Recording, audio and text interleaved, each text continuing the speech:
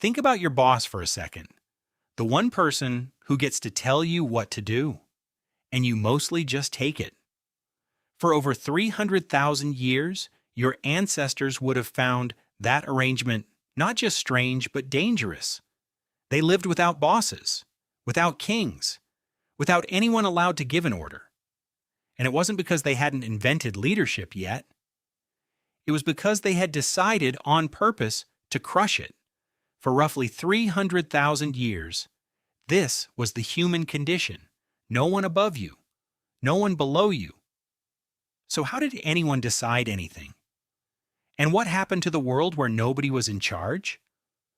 The popular image is simple: a tribe, and at the front of it, the strongest man and the chief, pointing and barking orders while everyone falls in line, and it feels obvious, it feels natural.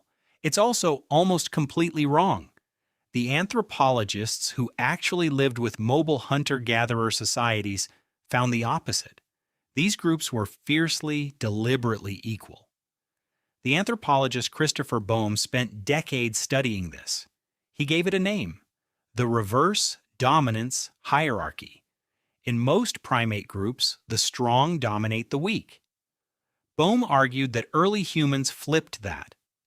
The many, the ordinary, formed a coalition to dominate anyone who tried to rise above them. Leadership wasn't missing from these societies. It was actively forbidden. Richard Lee saw exactly how they enforced it. Living with the Jew/hoansi of the Kalahari, he watched what happened when a hunter brought back a large kill. You might expect praise. Instead, the group mocked the meat. They called it thin, worthless, a bag of bones, even as they were about to feast on it. When Lee asked why, one man explained it plainly. A young man who kills a lot of meat comes to think of himself as a big man, and a big man thinks the rest are his servants. So we speak of his meat as worthless. This way we cool his heart and make him gentle. Sit with that. It's the same instinct behind the coworker who can't resist taking the confident new hire down a peg. You already have this software.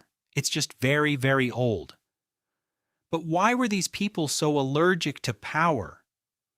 Another anthropologist, James Woodburn, found the deepest reason. He noticed that these were what he called immediate return societies. You hunt today, you eat today. You gather today, you share today. Almost nothing is stored. And here's the quiet genius of it. If nothing is stored, no one can control the storehouse. There's no granary to guard, no surplus to hoard, no treasury to sit on. Without something to hold over people, there is simply no lever to make them obey. Their equality wasn't only a moral choice, it was built into the physics of how they lived. So let's reconstruct an actual decision. The water hole is drying up. The camp needs to move.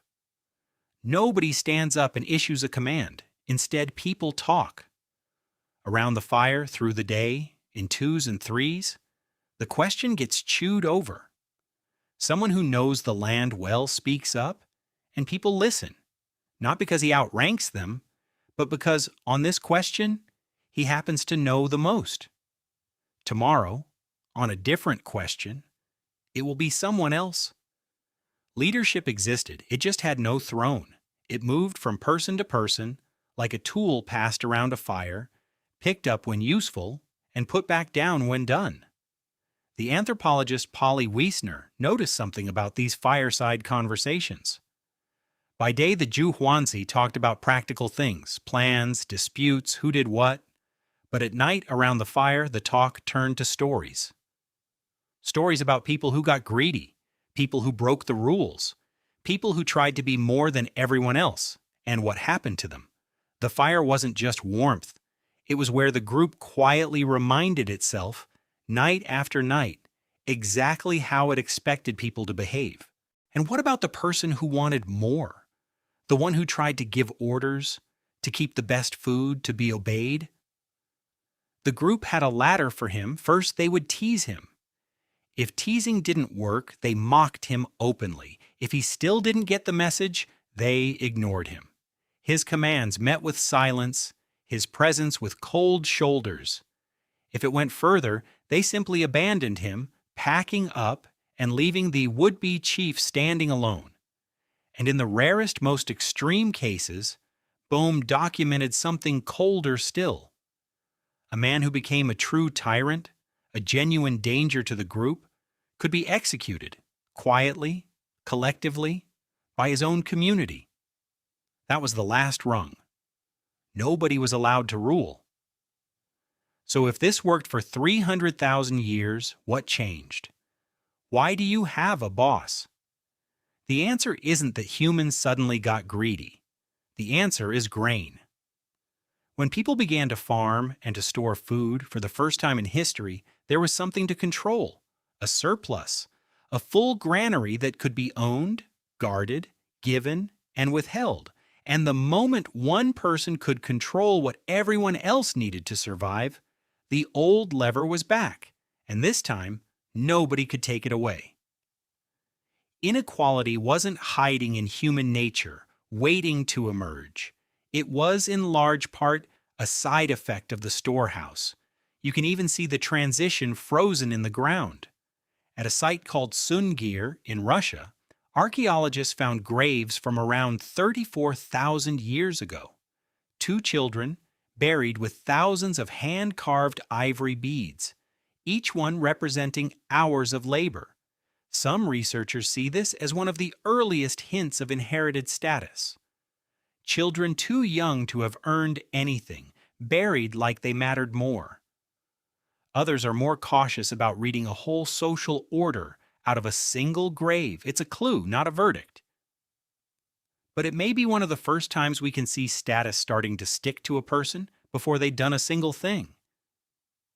Now come back to your own life. That flash of resentment when someone talks down to you. The quiet satisfaction when an arrogant person finally gets humbled. The way being micromanaged makes your skin crawl in a way that feels deeper than mere annoyance. That isn't you being difficult. That's a 300,000-year-old alarm system, still running, still scanning for anyone who thinks they get to rule you. So think about your boss one more time. For nearly all of human history, that relationship, one person permitted to command another on chain, didn't exist and wasn't allowed to. Your ancestors never really chose a leader. What they chose again and again, generation after generation, was to make sure no one could become their master. The discomfort you feel when you're ordered around isn't weakness. It isn't you failing to be a good employee. It's the oldest inheritance you have, the quiet, stubborn conviction that no one was ever meant to own you.